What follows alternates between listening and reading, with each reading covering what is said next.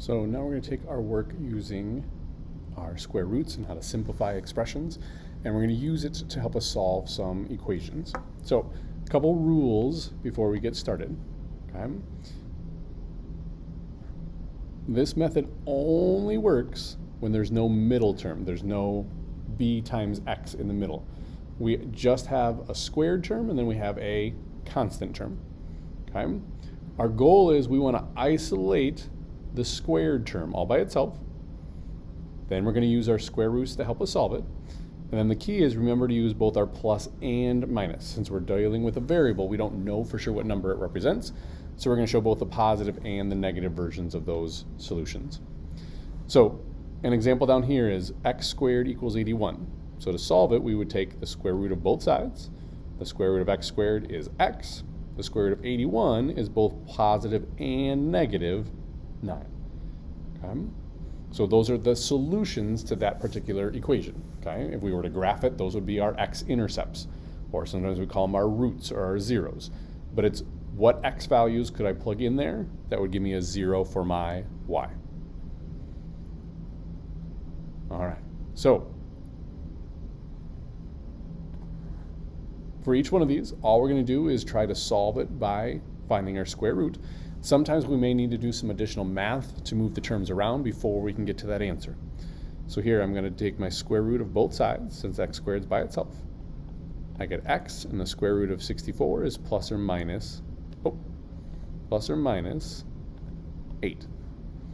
Here I can take my square root, and I get x is equal to plus or minus 5.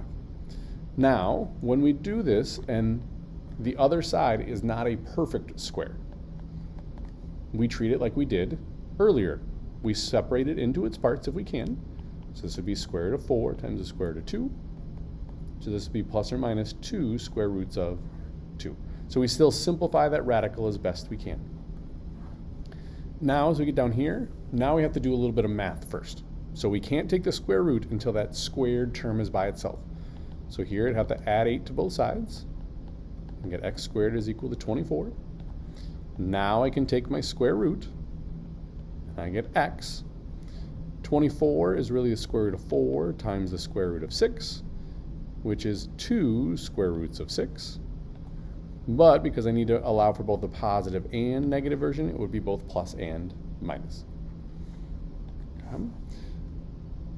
So for instance on f over here, I'm going to add 12 to both sides. I get x squared is equal to 30. Take my square root, and I get x is equal to, in this case, there are no perfect square components of 30, so it would just be plus or minus square root of 30. All right. I'm going to do h and I on this page. So for h, again, we can't solve anything until the variable, the squared term, is by itself.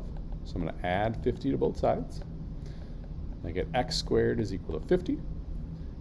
To solve, I'm going to take my square root, but 50 is really the square root of 25 times the square root of 2. So I get x is equal to plus or minus the square root of 25 is 5 square roots of 2. And then for I, we're going to have to do a lot of work on this one. So first thing I'm going to do is move my 8 to the other side, and I get 10x squared equals 40. Then I'm going to divide by my 10, because I don't want to have to take the square root of 10, because that's not going to help me very much. That gives me x squared equals 4.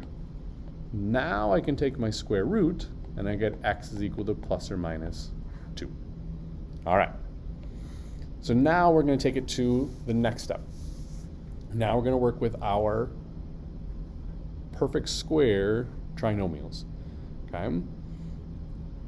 So this time we're going to follow the same steps, but it's going to involve a little bit additional work when it comes time to solving it at the end, because we're going to have to allow for both the positive and negative version of those solutions. So example 1's kind of done here for us. Example number 2 we're going to do together. So 3 times x minus 3 squared plus 2 is equal to 38. So first thing I'm going to do is get rid of anything but the squared term. So I'm going to subtract 2 from both sides. And get 3 times x minus 3 squared is equal to 36.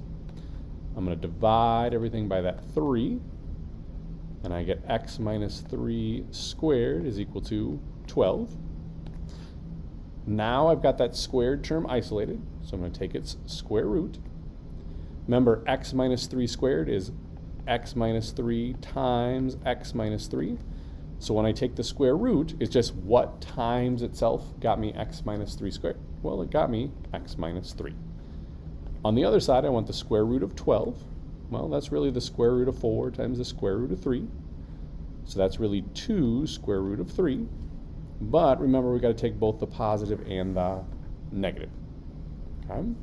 And now we got to finish solving it. So this step is new. So I still need to get rid of that minus 3.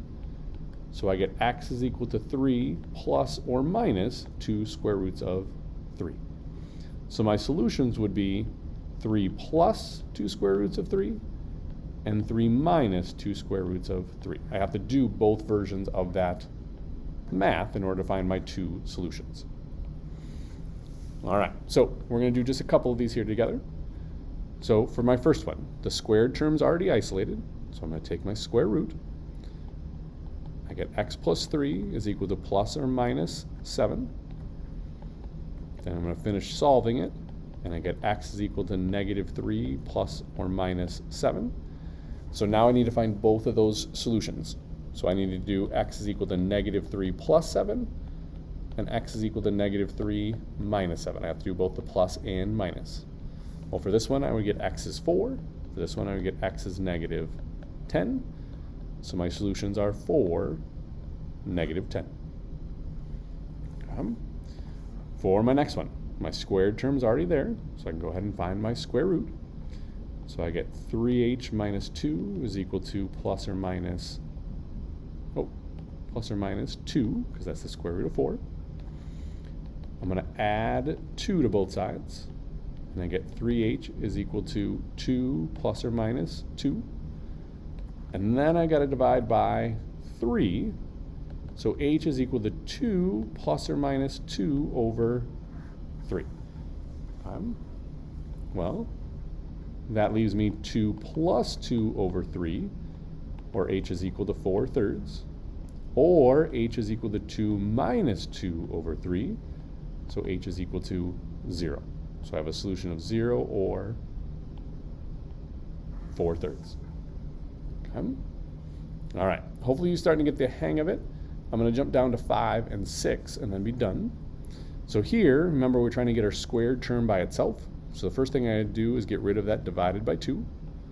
So I get 3x minus 4 squared is equal to 42. Now I can take my perfect square, or take my square root, sorry. So I get 3x minus 4. For 42, think about, are there any perfect squares that I can take out of there? In this case, there aren't. So it's just going to stay plus or minus square root of 42. I'm going to add 4 to both sides. So I get 3x is equal to 4 plus or minus square root of 42. And then I got to divide it by 3. So I get x is equal to 4 plus or minus square root of 42 over 3. Since this one involves both a fraction and a radical that's left in the problem, I'm just going to go ahead and leave it like that, and that's going to be my final solution. All right, last one. So again, I want to get the squared term by itself. So I'm going to add 4 to both sides. So now I have y minus 3 squared is equal to 6. It's by itself, so now I can take my square root, and I get y minus 3 is equal to plus or minus square root of 6. Now I finish solving it by adding 3 to both sides, and I get y is equal to 3 plus or minus square root of 6. So my 2 solutions are going to be 3 plus the square root of 6, and 3 minus the square root of 6. So those are going to be my 2 solutions. Okay? So the whole idea is get the squared term by itself, so that way you can take your square root of both sides.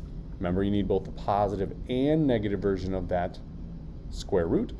and then go ahead and finish solving out the problem.